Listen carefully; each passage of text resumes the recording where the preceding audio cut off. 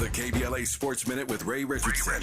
The Lakers wasted another outstanding performance by Anthony Davis. They lose by 10 last night in Phoenix. Davis had 37 points and 21 rebounds. It's the fourth straight game AD has had at least 30 points and 15 rebounds. The NBA is going to take some money out of Patrick Beverley's bank account. Beverley was ejected late in the fourth quarter for knocking Phoenix center DeAndre Ayton to the floor after play had stopped. Beverley was given a flagrant one foul, which comes with an automatic fine. Don't be surprised if Beverley also gets a suspension. The Clippers won't have Kawhi Leonard or Paul George for tonight's game at Golden State. Leonard has a sprained right ankle. PG is still nursing a sore hamstring. No debates, no speculation, just the info you need. That's your KBLA Sports Minute. I'm Ray Richardson. This sports report was brought to you by MVP Accident Attorneys. When it comes to your settlement, we're a slam dunk. Call 833-MVP-WINS or check their website at themvp.com for a free case review. When you're the victim of a car accident, hiring the right law firm can be the difference between a rewarding settlement and striking out. Call the pros at MVP Accident Attorneys at 833-MVP-WINS for your free consultation. Call on me, your MVP.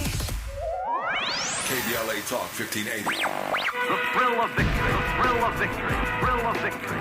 Yeah, man. KBLA Talk 1580 wishes to congratulate Mayor-elect Karen Bass on her historic win as the first woman and only second African-American to serve as chief executive of the city of Los Angeles.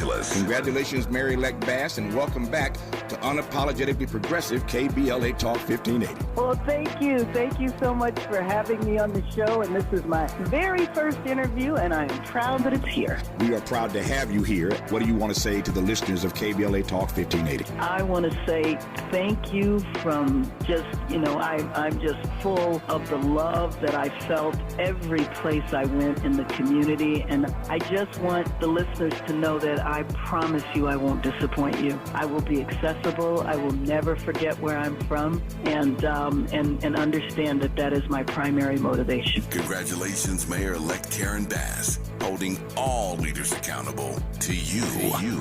No matter who you voted for, no matter who you are or where you live, I will be a mayor for you. We're KBLA Talk 1580. Talk 1580. Talk 1580. And we don't black down.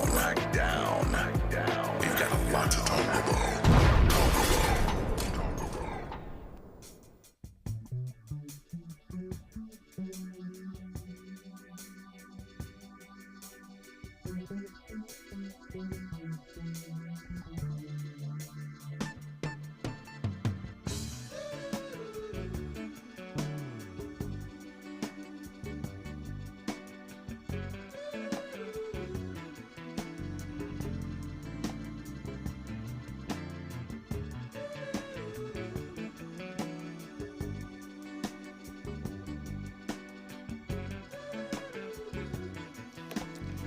I'm Tavis Smiley. This is KBLA Talk 1580. Our phone number 1-800-920-1580, 1-800-920-1580.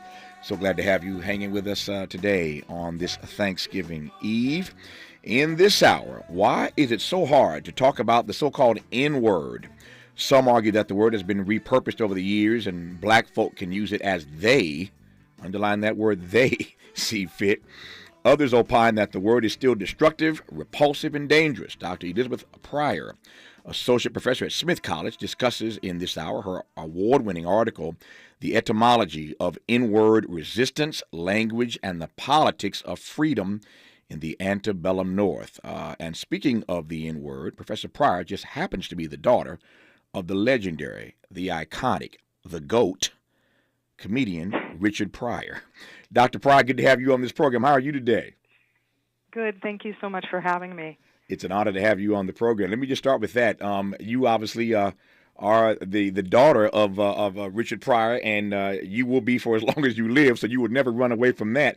How do you wear that garment, being Richard Pryor's daughter, particularly doing this kind of work? I mean, I think I was the last one to know doing this work. I'm a historian, and I didn't make the connection until I started, doing public talks and lectures about the N-word, and people would come up to me and say, "You're the exact right person to be doing this work." And I didn't really think that much until I dove more deeply into my father's work and kind of saw that he was in his way, in his time, doing some of the kind of cultural exploration around that particular word that I was doing in my work as an historian. Yeah, it's fascinating, a fascinating parallel. Before we get into your work, what did you see? What do you see when you look at the journey that your father was on, as you put it, in his cultural exploration of this term? What do you see when you look at his life and legacy vis-a-vis this subject matter? Well, I mean, I think what he was doing is that he grew up with people who used this word in a particular way, and he was unafraid. He kind of had this reckoning. And about 1967, actually, the summer of 1967, right after I was born, he had this reckoning about his own work and whether or not he wanted to be, a run-of-the-mill kind of kind of cheeky vaudevillian kind of comedian that he grew up listening to, inspired by people like Bill Cosby, who were doing kind of clean stuff, or if he wanted to do the kind of work that he did that centered his blackness. Mm-hmm. And for him, having, speaking the N-word was part of that blackness, because that's the experience he came from from working class and underground economy kind of black people in Peoria, Illinois. Mm-hmm. And what do you think there is for those of us who celebrate his work to learn from his particular journey about the use of this word? Well, it was really powerful, which is that, for a decade, he had the, groundbreaking, he put the word on his albums. Mm-hmm. That N-word's crazy, bicentennial N-word. I mean, he was really doing this kind of, I think, deep kind of cultural work where he was making people have to face it, right? And he was being unafraid about it. He was not going to be respectable. He wasn't going to be the kind of black person people wanted him to be. And then it turned for him. He went to Africa in 1979. He went to Kenya and some other places, and he had this sort of kind of come to Jesus moment, an epiphany, where he was he says, the lobby of the Nairobi Hilton, and he looked around and a little voice said, what do you see? And he said, I see all kinds of black people doing all kinds of things. And, do you see any? And, the voice whispered the word. And he's like, no. And he's like, that's because there aren't any. And he kind of, had this diasporic kind of awakening where he realized, this is something about the wretchedness of blackness in the United States, but it doesn't actually speak to the wretchedness of black people, right? This isn't really about black people. This is about some kind of dynamic that I grew up and believed, but I don't need to believe that anymore. And he said he was never going to say it again. And as far as I know, he did not. Yeah. Let me ask one final question about your father, and we'll get straight away into your work, because I'm going this direction because you teed me up this way by making this parallel, which I appreciate. This parallel between his journey of cultural exploration of this word and the work that you do as a historian, even though you are the daughter of Richard Pryor. And again, I'm delighted to have you on for the hour. There's a whole lot to unpack in this hour. I'm going to need every minute of it. So thank you for your time. But let me just ask you, when Pryor comes back, when your father comes back from that trip to Africa, and ends up taping one of his future specials. I remember it well. I mean, I've seen all your dad's work. I love him. I met him a few times, talked to him here and there in the course of my career. So and I know, of course, Rain Pryor. I talked to her many times over the years. And so other persons, and Paul Mooney, I feel like I've been baptized in the world of Richard Pryor over the course of my broadcast career. Again, and delighted to be in this conversation with you for the first time about your work. But I'm wondering how you processed the way your dad handled that on stage. He told that story and laid this out, of course, on stage in one of his stand-ups about this trip to Africa, about this epiphany that he had. How do you process when you see that particular stand-up where he talks about this on stage? I mean, first of all, I love it, and I always show it when I do my public talks, because one of the things that to me is so beautiful about what my father goes through is that, unlike a lot of people who come to their kind of these moments for themselves. My father's not a holy roller about it. Mm-hmm. You know, he's like, this does not have to be everybody's process. This is something that I'm learning and I'm discovering for myself. I don't want this to be for me. It was a magical, as you know, moment he described for himself. But one of the favorite things that I love, and maybe even kind of twist back to the rest of the conversation, is he says at the end, and I don't want, you know, hip white people walking up to me and saying this word. I don't like it, you know. And I think there was a way. So for me, there were kind of two things, which was like, you know, I'm not chill and relaxed about this word. It actually is impactful and has meaning to me, and I feel it. And also, like, do as you will do. I think he's there talking to other black people, right? He's not talking to white people. I mean, I think his position on how white people should use it was clear the whole time, which was not.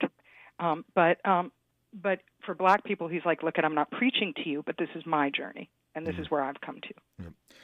So when we move forward in this hour, we're going to address this question of how we, that is to say you and me, have to have our own Richard Pryor moment and face this word. And what happens when we face this word? How do we face this word? How do we process the use of this word, not just for us, but as you heard Dr. Pryor say a moment ago, a culture where others now want to and feel comfortable using this particular word. So we're going to have a Richard Pryor moment, every one of us, in this hour with his daughter, Dr. Elizabeth Pryor, as we unpack her work, The Etymology of Inward Resistance, Language, and the Politics of Freedom in the Antebellum North. You are listening to Dr. Elizabeth Pryor on KBLA Talk 1580.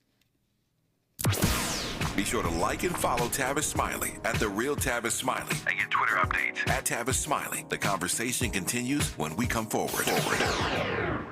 Health is Wealth and Medicare and Covered California's open enrollment for medical insurance is here. RHJ Insurance Agency can help you find affordable rates and the plan that's just right for you and your family. Call 562-204-6120 for your free quote. Don't leave your health to chance. Open enrollment is here and affordable coverage is just a phone call away. Call 562-204-6120 for your free quote and get the coverage you need. Go to www.rhjins.com.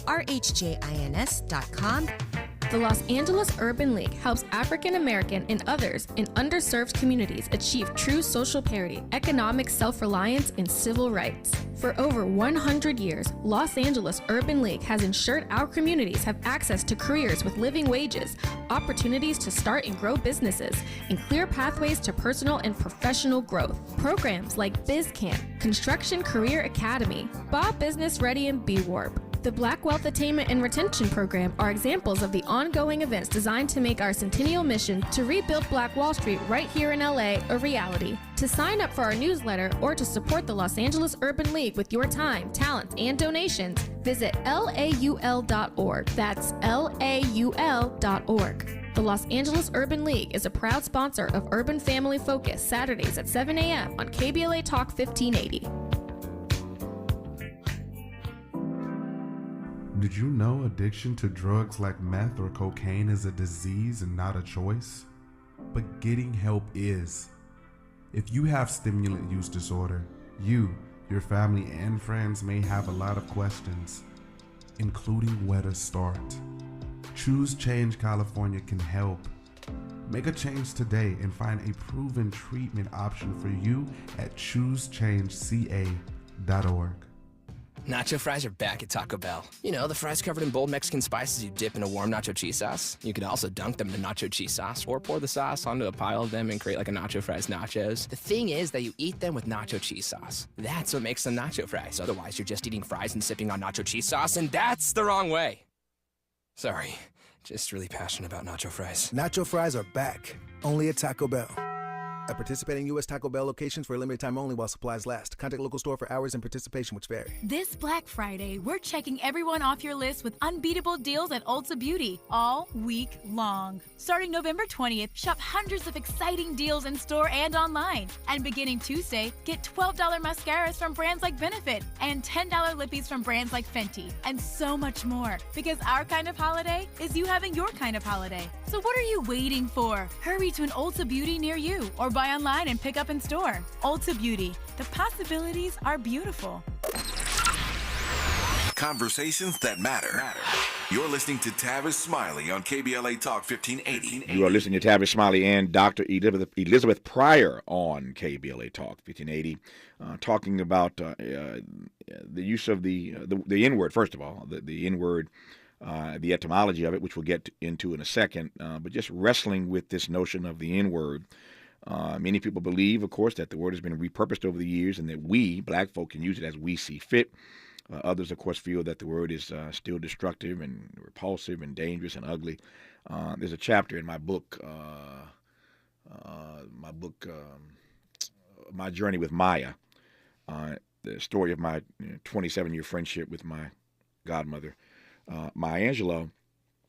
And I tell the story in the book of a long conversation we had one night for hours about the N-word, and I was on one side, she was on the other side, and she just went in on me on this particular night. And I talk about that in the text, and so I whenever I think of that word or any conversation about the so-called N-word, I think of that night with Maya Angelou and how we just went at it. Lovingly and respectfully, but she, as always, made her point and made it abundantly clear.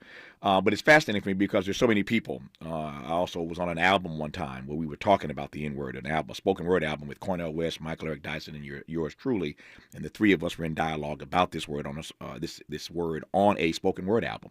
So I've had any number of conversations in my life about this, and I'm always fascinated because I learn something new every time I have a conversation about the so-called N-word, and I am pleased to be again in conversation in this hour with Dr. Elizabeth Pryor about her award-winning article, The Etymology of N-Word Resistance, Language and the Politics of Freedom in the Antebellum North, which leads me right into a conversation with her now about the etymology of the word. Take it away, Dr. Pryor. I mean, well, one of the things I think that, we were talking about my father a minute ago, and I think a lot of people give him and people from the 70s and 80s sort of like this credit of reclaiming the N-word. And actually the research that I did on the 17th and the 18th and 19th century was that it was that black people had long claimed the N-word, right? So in fact, I kind of try to trace the violence of it. The way that it becomes a slur is sort of based on the fact that black people were already using it as sort of like a form of political discursive resistance. So, they were. There was a word, there was a category that existed. It was a slave, right? And this word was applied to people. It meant that they were black, that they were enslaved in perpetuity. That means, my children, my children's children, my children's children. And that, they had certain kinds of, work and position in the society. And not to say that it wasn't a category you didn't want to be in, but it was a category of people that actually existed, right, in society. There were people who did this work, and they were called this thing, and that made its own kind of logics, I guess, in the U.S. imagination. It doesn't make logics to me, but it did. And then those people kind of started using that word in all kinds of ways. Like they used it to describe themselves and other black people. They used it in songs. They used it so not to repeat what white people were doing, but kind of as a subversive use of the word. And the word then really becomes the slur we know it to be today in the 1820s as black people are becoming free in more numbers than ever before, which is when slavery ends in the North, because there was slavery in the North, and the advent of minstrel shows, which is white people dressing up as black and putting on black makeup and, adopting the attributes of blackness, supposedly. And the minstrel characters like Jim Crow on stage would always use the N-word to authenticate their blackness. This proved that they were a black person on stage, right, in their makeup, was that they spoke this word. And then it became kind of this kind of indictment ventriloquized against, black people. And that's kind of what we know how to be. There's sort of this spitting out of the N-word, I always think, as the slur, which is like a way of saying, you occupy this category on purpose. Like there's sort of like this scoff to it. And this is when that scoffing sort of comes about, is in the 1820s. But black people were long using it, way before, my father, way before Zora Neale Hurston, way before, abolitionists like, William Wells Brown and Harriet Jacobs were putting it in, in the mouths of the black people in their books. Black people had already understood that there was some kind of power that they could get by using this word. They were making a statement by using this word in a particular way. In case you've just tuned in, we're talking to Dr. Elizabeth Pryor, and she says her father, she's referencing, of course, Richard Pryor. In case, again, you've just tuned in and missed the introduction, she is the daughter of Richard Pryor, and she's a historian, brilliant historian in her own right, but it's hard to talk about the N-word with her and not make parallels to the work that her father did so brilliantly on stage.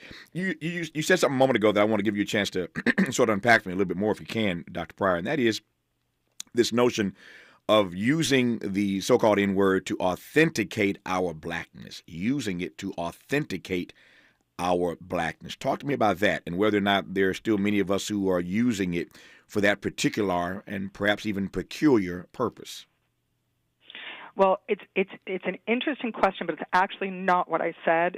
But I think that there is a part about in performing blackness that the N-word is part of that performance of what it means to be black, right? But I was actually talking about white performers who in the 1820s and 30s, went on stage and tried to authenticate their blackness, because the people in the audience is mostly white working class people, but some black people too, actually believed that the person they were seeing on the stage was black, or could believe it, when they did things like, spoke in a certain way, had a certain demeanor, had the black makeup on their face, and then said things in particular. Not to cut you off. I got that. I understood that loud and clear, and I'm taking that phrase. Okay, I'm taking that phrase and I'm flipping it, and I'm asking you whether or not you think there are those of us who are black who use that word in some ways to authenticate our blackness. That's what I take your point, though. Yeah.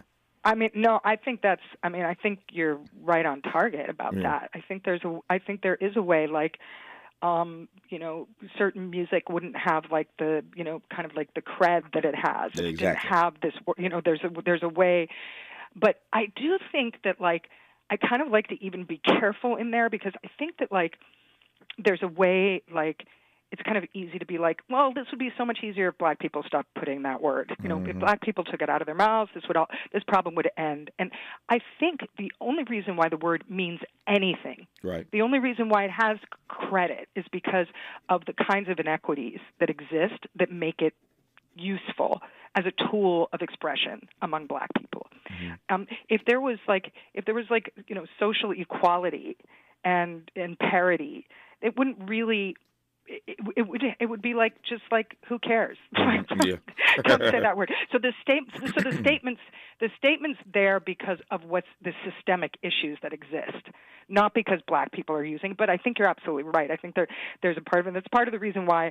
I mean, honestly, I've never been, my mother was white, and I went to white schools, and, was raised in a particular way, and this word was never, never, it would be so inauthentic for me to, try to adopt that language, even as it's something that my, father obviously used for, my early years. To your use of the word never a moment ago, let me draw another parallel here. So you established for us earlier that your father, Richard Pryor, was not sort of holier than thou about it.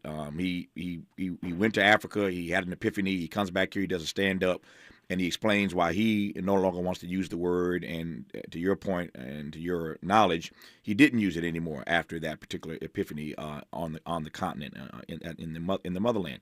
So, but Richard Pryor wasn't, again, didactic about it. He wasn't saying that I'm not going to use it and you should never use it. That was his position. Maya Angelou, who I referenced a moment ago, was a bit different. In our conversation, Dr. Pryor, she laid into me, and I was trying to argue again that that we own the word, that we can use the word in situations and circumstances where we deem necessary, that we have the power and the control of that word that others can't use. I mean, I laid out my entire argument. And she came back at me, and I recall very vividly, and I think I write this in the book. As a matter of fact, I know I write it in the book. She makes the point to me, and I'm sort of paraphrasing here, but she says, Tavis, if I poured you a glass of poison out of a bottle that had a skull and bones on it, had the poison signal, insignia. If I poured you a glass of poison out of a poison bottle so identified, or if I poured you a glass of poison out of a baccarat crystal vase or decanter, it's still poison. And she laid into that, and I took her point. But her position was that it is never, ever appropriate for any African American to use the N-word. That's not your father's position. I raise that only because I'm curious as to where you come down on that. How do you what do you say to people who are as visceral about this as Maya Angelou was, given that your father's take on it was had a little more flexibility in it, if I can put it that way? I mean, I think there's a generational reaction around this, and I think people who grew up in certain spaces are kind of entitled to be traumatized by the way that this word was used around them. Like I don't think the experience can, even as much as we hear it and as much as we've been hurt by it, I don't think it can be replicated. And if you're from Maya Angelou's generation, like I just because of the way it has been co-opted in public expression and art and et cetera, like for people that are my age, which is in my 50s. But I the way that I come down on this is that I feel like clean up the racism that makes the N-word valuable, and then I'll talk about whether or not I give up the word. Wow. Wow. No, I like that. But that's a tall order, as you well know. Yeah. That's a high standard. I mean, seriously. Yeah. Yes, it is. So I guess the answer is I don't think you can tell people whether to use it. I do think that there's a generation of people who have to know when to use it and when not to use it, and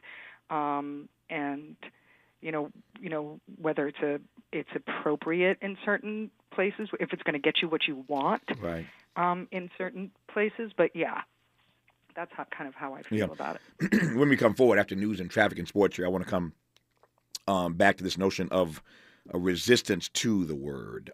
We are talking about the etymology of the word, the N-word, but I want to talk more expressly in her work about the resistance to it then and now, and a great deal more to cover as we talk to Dr. Elizabeth Pryor about her award-winning work on this word. Again, the daughter of Richard Pryor. Delighted to have her on this program on this Thanksgiving Eve.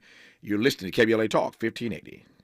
This is KBLA Talk 1580, where we turn red lights to green lights and keep it moving.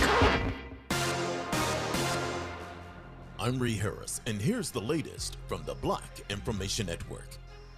Authorities are trying to determine the motive following a mass shooting in Chesapeake, Virginia. At least 7 people are dead and several others injured following a shooting at a Walmart store. Jesse Wilkowski says the shooter was a Walmart manager who ambushed fellow employees as the night shift began. She spoke with NBC affiliate Wavy 10. It didn't even look real until you could feel when the gun goes off, the pow, pow, pow. Most of the injured were taken to Centera Norfolk General Hospital. One of the victims is a 20-year employee of the store. His sister says he will be okay. And that's the latest. I'm Ree Harris on your source for 24/7 News, the Black Information Network, and BINnews.com. Remember, if you need to head to the airports, do arrive 2 hours ahead of your domestic flight, 3 hours ahead of your international travels. If you're off to the mountains, the beaches, the deserts, always best to check your vehicle fluid and tire pressure. Increased holiday traffic and congestion heavy this afternoon and evening as travelers take off for the extended weekend coming up. Seeing troubles as you travel Sherman Oaks, Van Nuys, West 101 at Van Nuys Boulevard, 4 right lanes with a toppled over rig as far back as the 134, 170, the busy drive. And Mid-City still seeing this wreck on the 10 West at La Brea. Onto the right shoulder now, but kind of busy from Normandy.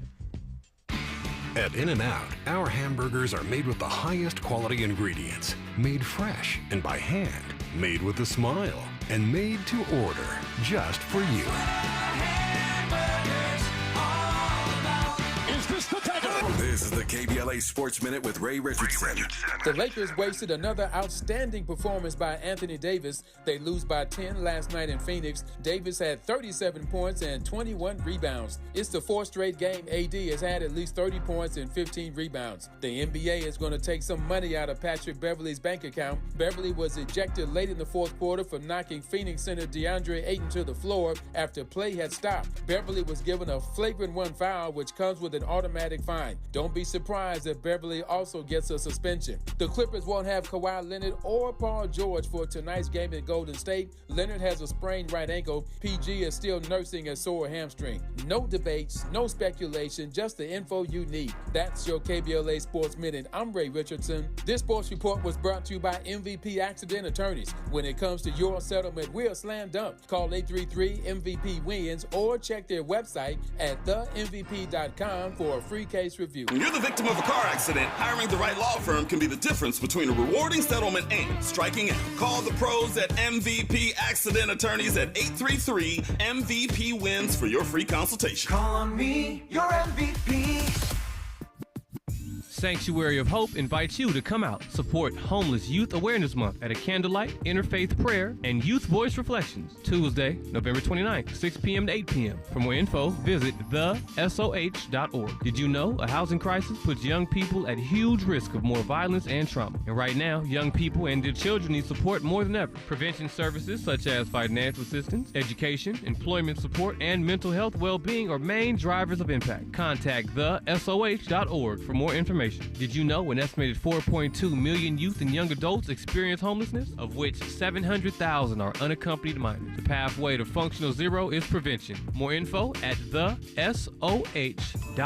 Again, thesoh.org.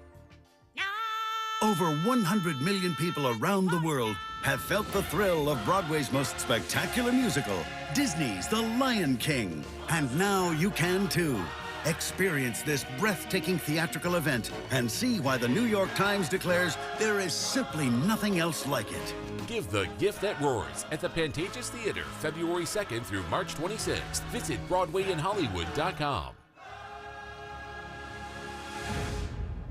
Our Weekly Los Angeles is the largest audited black newspaper in the state of California with a distribution of over 50,000 copies weekly. Pick up a copy every Thursday to get the latest news on African American communities of LA. You can also keep up with what's going on in Los Angeles and surrounding cities by going to www.ourweekly.com. The Our Weekly website is updated daily with the current news about us and for us. For your advertising needs, Our Weekly offers economical advertising packages to fit your budget. Feel free to call Our Weekly Los Angeles at 323-905-1300 or visit the website at www.ourweekly.com. Our Weekly Los Angeles, reporting news that matters to you.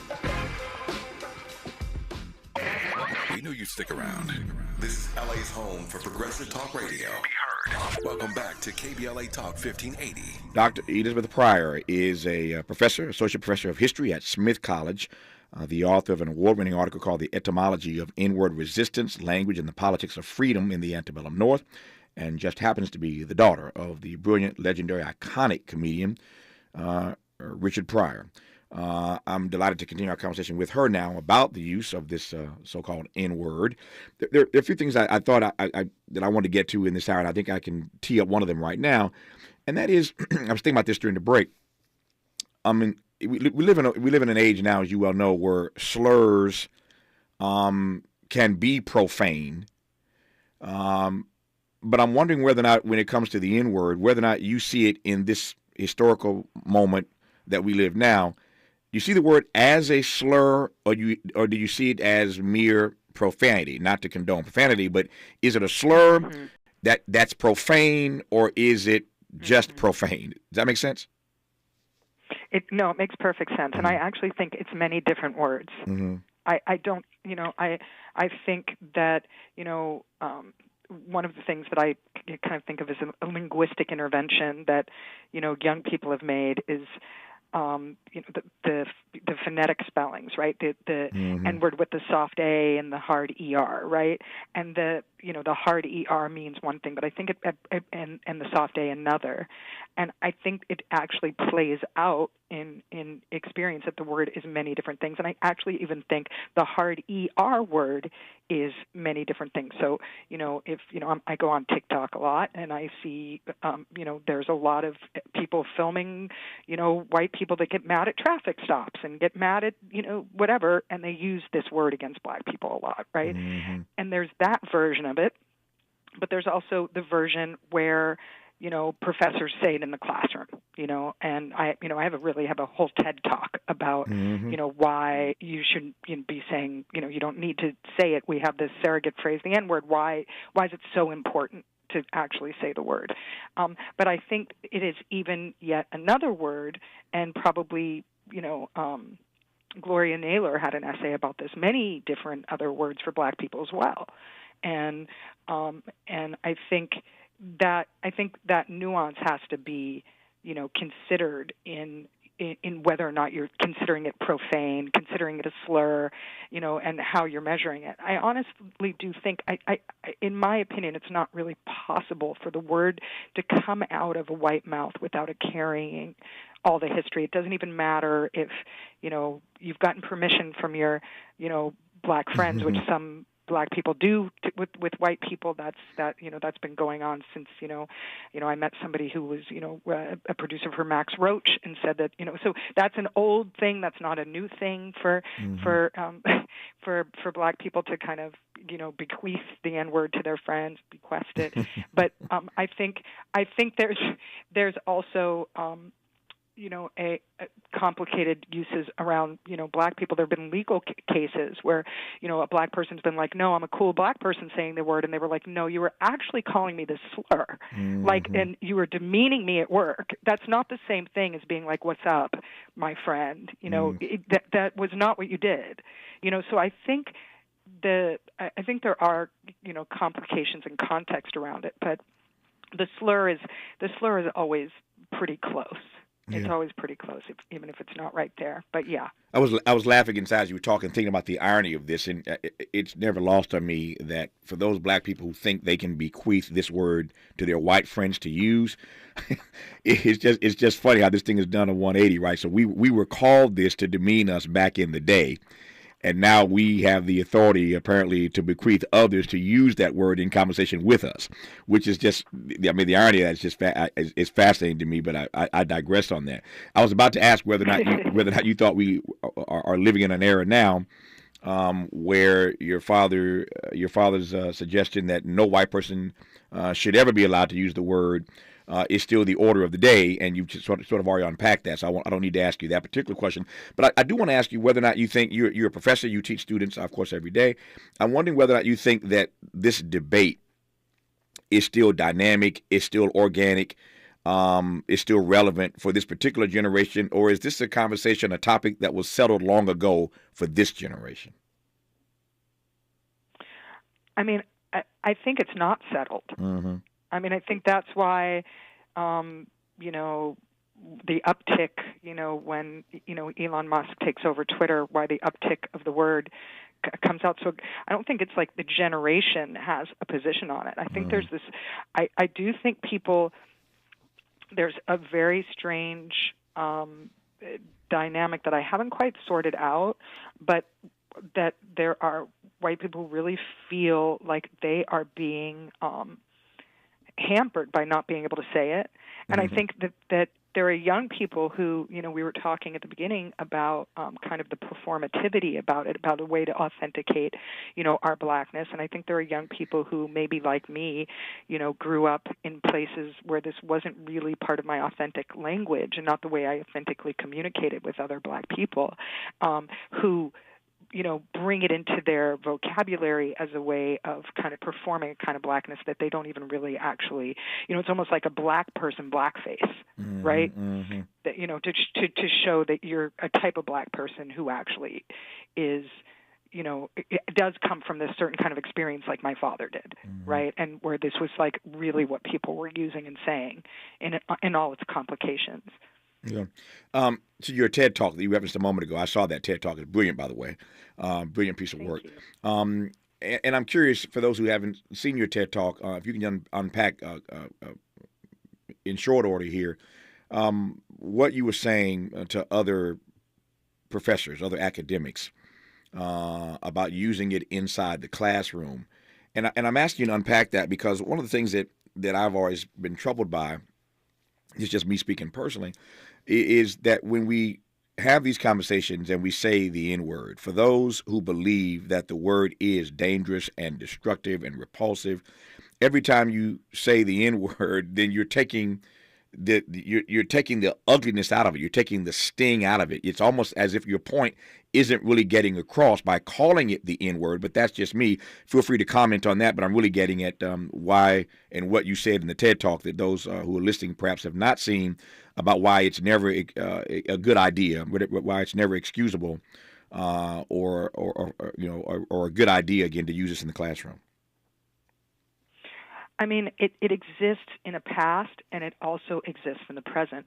So you can't pretend like it is antiquated and dead. You can't pretend that there are not real people in the classroom who are actually experiencing, discomfort, trauma, stories, shame, when you bring that into the room. And if you are a teacher who actually cares about bringing all your students to the table and your goal is to teach, then there's no reason to bring the word in. If you have some other goal, then I guess supposedly you would be using that word. But I think if you are a scholar who wants to use it in the word, I think you've got to do a lot of heavy lifting. You don't just say it. You've got to do a lot of heavy lifting to be able to make space for the reason why. And the truth is, students trust some professors to do that work and don't trust other ones to do it. Yeah. Do you think our calling it the N-word in any way sanitizes or deodorizes the term itself? Okay. So the phrase the N-word actually comes out of black activism.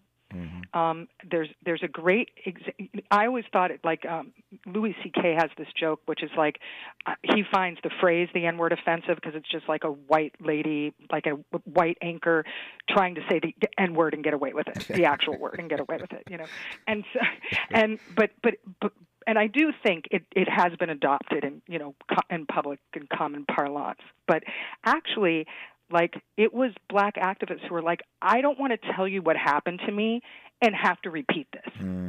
Just because you did this to me, I don't need to say back what this language was. And so I'm going to do this phrase, the N-word, and I will tell you, and this is anecdotal. I don't have perfect research about this yet, but at the exact moment that black people start doing this, instead of saying, which is the late 80s, early 90s, they stop saying the actual word, and say the phrase the N-word, is exactly the same moment that people start complaining about political correctness. So it is actually, I think it's really, there is like a power and a kind of activism behind saying the phrase the N-word, but sure, I mean, it's imperfect, to be sure. When we come forward, I want to interrogate that, what you make of the timing of our invocation, our use of the phrase, the N-word, as opposed to uttering the word itself, and this debate that kicks up about political correctness in our country. What do you make of the timing of that? I hear that there's something behind that for you, and I want to interrogate it when we come forward. We're talking with Dr. Elizabeth Pryor on KBLA Talk 1580. We've got a lot to talk about. Good thing we've got 3 hours. More of Tavis Smiley when we come forward. UC academics picket campuses in the largest strike of the year. Maisha Cairo here with your K-Black Minute News, brought to you by CaliforniaBlackMedia.org. Around 48,000 academic workers at all 10 UC campuses went on strike mid-November, shutting down classrooms and research labs in the largest employee walkout at any academic institution in history. The postdoctoral scholars, teaching assistants and associate instructors, grad student researchers, and academic researchers are represented by the United Auto Workers Union in contract negotiations with the UC system. Bargaining has been going on for months, and while UC officials recently called for third-party mediators, negotiations continue without one. Generally, students are supportive, although some classes have been canceled, and students are reported to be walking out in honor of their educators. We love to celebrate Thanksgiving with family, friends, football, and turkey. Please be safe this holiday weekend and don't drink and drive. Wishing you a happy Thanksgiving from your friends at KBLA Talk 1580 and MVP Accident Attorneys. Call on me, your MVP. East West Players brings you the stage play Brothers Paranormal by Prince Gomovilas, directed by Jeff Liu, November 17th through December 11th. After a nationwide increase in sightings of Asian-looking ghosts, two Thai brothers, one from Thailand and one from the American Midwest, struggle to launch a ghost hunting business and are called to the home of an African-American couple displaced from Hurricane Katrina. This suspenseful, humorous, compassionate exploration of the trauma of leaving home, whether crossing the country, the globe, or the other side, is a play for everyone. Get tickets now through December 11th at eastwestplayers.org. eastwestplayers.org. Less BS per broadcast. Fewer microaggressions per megawatt. KBLA Talk 1580. I'm Dad, how do Thank you. I'm Tavis Smiley. I was about to say, and you're listening to KBLA Talk 1580. Our guest is Dr. Elizabeth Pryor, talking about tussling with this notion of the so-called N-word, and how we have a Richard Pryor moment, as her father, Richard Pryor, did in Kenya, about whether or not we're going to continue to use it, to embrace it, to defend it, etc. We'll talk about that more in a moment here. But you were, before that break, you were saying something to me, and I was feeling or sensing something behind what you were saying. The timing of our using this phrase, the N-word, versus the word itself, and this uptick in debate and conversation about political correctness in this country. What was I hearing that you were not saying? Well, I mean, to me, it's when it's as soon as Black people create sort of a structure of language, like almost own the language, take ownership of the language, is when it becomes, freedom of speech. It feels people start saying freedom of speech is under an unknown attack, right? Because that's really what political correctness is about saying. Is like, I can't say what I want to say, and I don't think there's any coincidence that it's what you can't say. What I don't want you to say is to call me this word, is what it's behind. It's like kind of like reminds me in some ways of the question of like, why was there a civil war? Well, states' rights. What did the states want? The states wanted slavery, right? So, and in this way, I think it's a parallel. Like, what do people want to be able to say? Well, they want to be able to call you the N-word, right? And that's being taken away. Yeah. And that's when all of a sudden this is about political correctness. So I think it's pernicious. I mean, really, that to me, whenever I hear political correctness, I'm like, uh-oh. Yeah. Where's this? What's this person trying to say? In retrospect, Dr. Pryor, how do you process, if I can put it this way, the good white folk exploiting that moment in that way?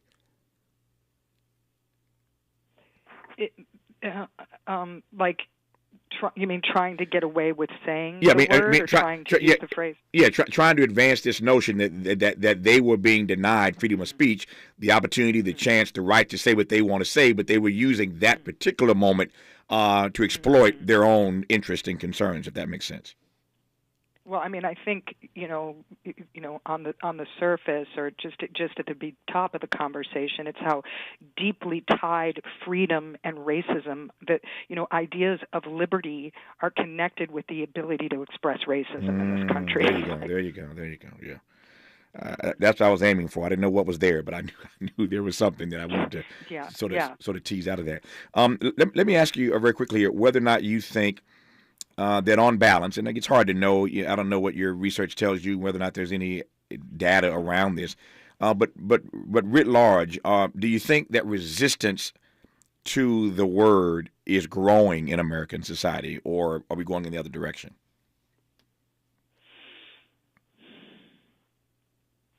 I mean, I think that, the beauty of social media is to it allows the calling out of, these episodes in real time.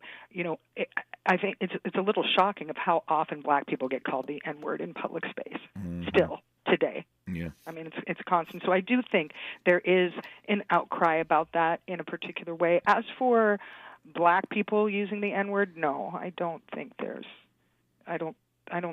shifting around that. I think if anything, I think it's hard to parse out the people to whom the word is, truly authentic, and like it was for my father, and the people who have listened to so much music and been so heavily influenced by culture that it's also authentic to them, but in different ways.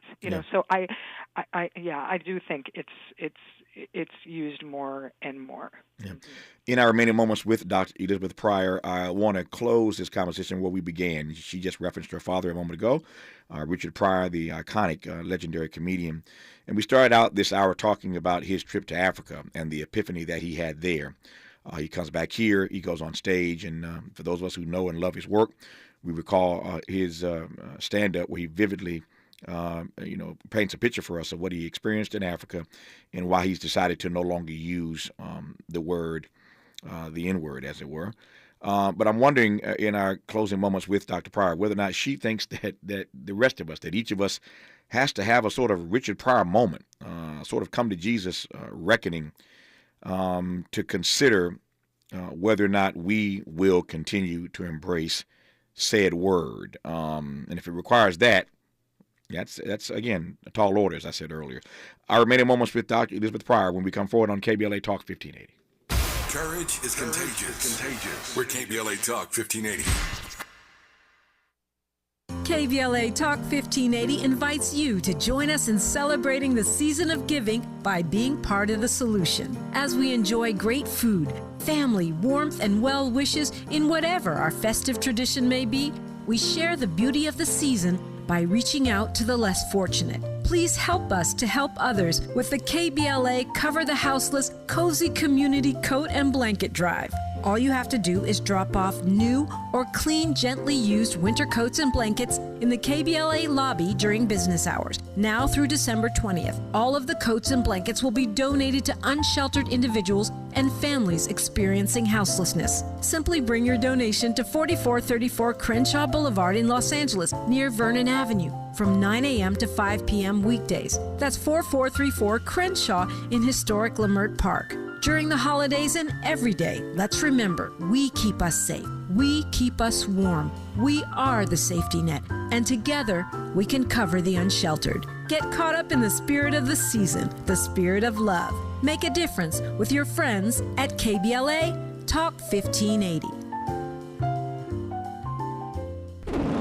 Drop it! When you tune in to KBLA Talk 1580, we want you to know what you're downloading. Now you listen to me, and you listen to me closely. In a recent African-American media issue survey conducted by the public opinion research and public policy consulting firm Eviderus, KBLA Talk 1580 was found to be the most trusted, credible, and reliable source on the airways for Black Los Angeles and beyond. Check it out. We take our role seriously as your trusted messenger. At KBLA Talk 1580, it's about truth, not ratings.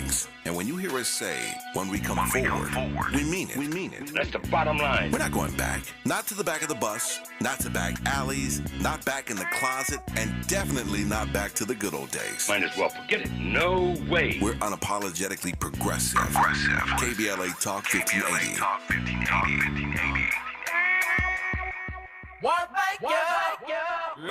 Yeah. The California Crusader newspaper would like to thank all of our subscribers for their support throughout the years, proudly serving the South Los Angeles and South Bay areas for more than 40 years. The California Crusader is a multicultural, black-owned, adjudicated newspaper that focuses on providing newsworthy information to the people in our community. We're constantly looking for ways to assist businesses in our community to connect with our subscribers. We provide low-cost, effective ways to promote your business with our reasonable and affordable advertising rates. You can participate by suggesting, sharing, and submitting your stories on the California Crusader newspaper Community Share Facebook group page, or visit our website at cal-cruise-news.com. That's calcruisenews.com. Then click on the Submit Now button located on the top right corner of the homepage, or text CCN to 42828. Again, text CCN to 42828. The California Crusader newspaper, working together to build a better community for our future. Subscribe today.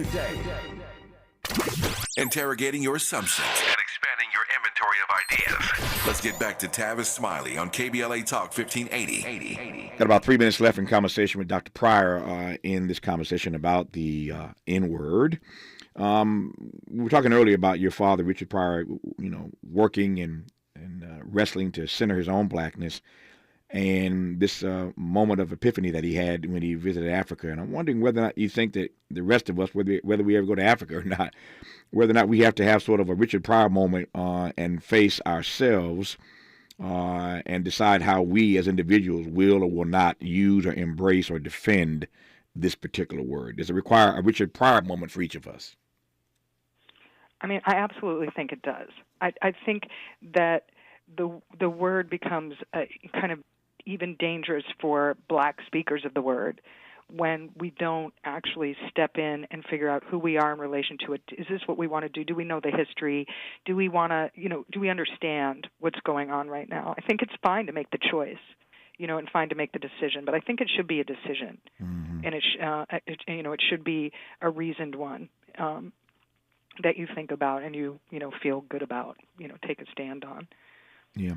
I was watching, you may have seen, did you see Dave Chappelle on Saturday Night Live the other night, a week or two ago? Yeah, I mean, I've seen bits of it. I've seen bits of it. No, I only raised it because, he, it's always fascinating. I'm a Dave Chappelle fan. I love Dave Chappelle. And yet, while I'm not as, obstinate about the use of the word as Maya Angelou was, or as your father became, after his trip to Africa, I'm not in that particular ilk, I confess and admit. But there is something that makes you feel a little funny when you see Dave Chappelle on Saturday Night Live in opening monologue, and he's dropping it 3 or 4 times. Now it ain't Django Unchained where they said it 110 times. So he's not dropping it 110 times as they did in that film. But there's always something. So I think that's when I sort of chin check myself. On the one hand, again, I'm not where your father or where Maya Angelou was. On the one hand, on the other hand, there must be something about the word that does trouble me, because when I see Dave Chappelle do it in an opening monologue in front of a bunch of white folk on SNL, I feel some sort of way, even as I take his point, and I think he's brilliant. But there's something to this, and as you said, it's complicated. It's complicated. Her name is Dr. Elizabeth Pryor, the daughter of the brilliant and iconic, legendary star comedian, the best ever, the GOAT, as I call him, Richard Pryor. Her work that we've been discussing in this hour, an award-winning piece that she wrote called "The Etymology of Inward Resistance, Language, and the Politics of Freedom in the Antebellum North." Dr. Pryor, as you well know, you're part of a grand legacy, and it is a great honor to have you on to celebrate your father. Long live the great work of Richard Pryor, but to celebrate your work as well as the great historian. So thank you for your time, and happy holidays, happy Thanksgiving to you. Thank you so much for having me. My great honor. Hour 3 of Tavis Smiley. When we come forward, a conversation with the Majority Whip, James Clyburn. When we come forward after news, traffic, and sports, that is on KBLA Talk 1580. KBLA 1580 Santa Monica. I'm Doug Davis, and here's the latest from the Black Information Network. Flags in Virginia.